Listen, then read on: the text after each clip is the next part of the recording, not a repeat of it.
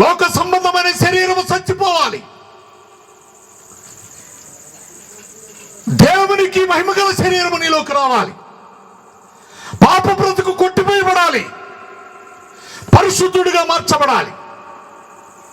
నేను చాలా ప్రసంగాలు కొన్ని మాటలు చెప్పాను.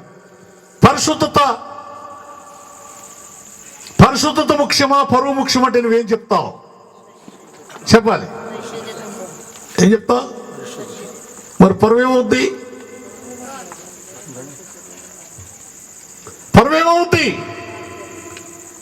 పరువు పోద్దని పరిశుద్ధతను కూడా పక్కన పెట్టే జనాంగం ఈ రోజు చాలా మంది లేరా? బైబిల్ పట్టుకున్న వారు లేరా?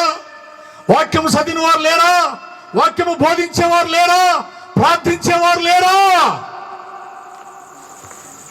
పరువు కోసం లోకములో పరుగులు తీస్తున్న వారు లేరా? క్రీస్తు రక్తములో కడగబడిన తర్వాత, మారు మనసు అనుభవంలోకి వచ్చిన తర్వాత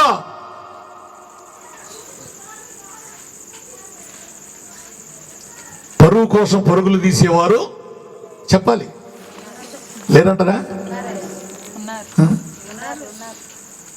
అక్కోయ్, మా ఇంట్లో ఇవాళ చాలా ఖర్చు పెట్టి చేస్తాం అక్క, మీరు రావాలక్క అంటే, అమ్మ నేను రాకూడదమ్మా, నేను బాప్టిజం తీసుకున్నాను, మారు మనసు కలిగి ఉన్నాను, ప్రభువుని తెలుసుకుని ఉన్నాను, పరిశుద్ధురాలుగా ఉన్నాను, నేను రాకూడదమ్మా, అది నేను తినకూడదమ్మా, ఆ స్థలంలోకి నేను రాకూడదమ్మా. అక్క నువ్వు రాకపోతే ఏమవుతుంటావు?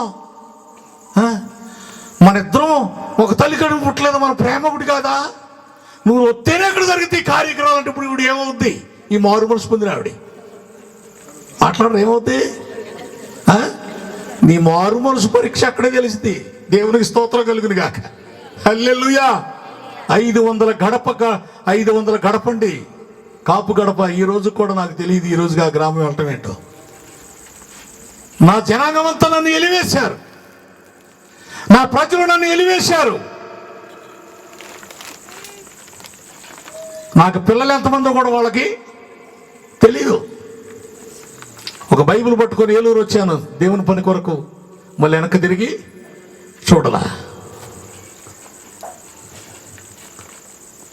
రమ్మన్నారు, మమ్మల్ని కలుపుకుంటానికి రమ్మన్నారు, వెనక్కి తిరిగి వెళ్ళలేదు. ఇక దేవుని స్తోత్రం కలుగును గాక. అదే పరిశుద్ధత ముఖ్యమా, పరువు ముఖ్యమా అంటే ఏం చెప్తారు? ఇజ్రాయేలీలు ప్రజలు పరిశుద్ధతను పక్కన పెట్టేసి పరువు కోసం పరుగులు తీశారు. అందుకని ఎండిపోయిన ఎముకల్లాగా వారిని పోల్చాడు.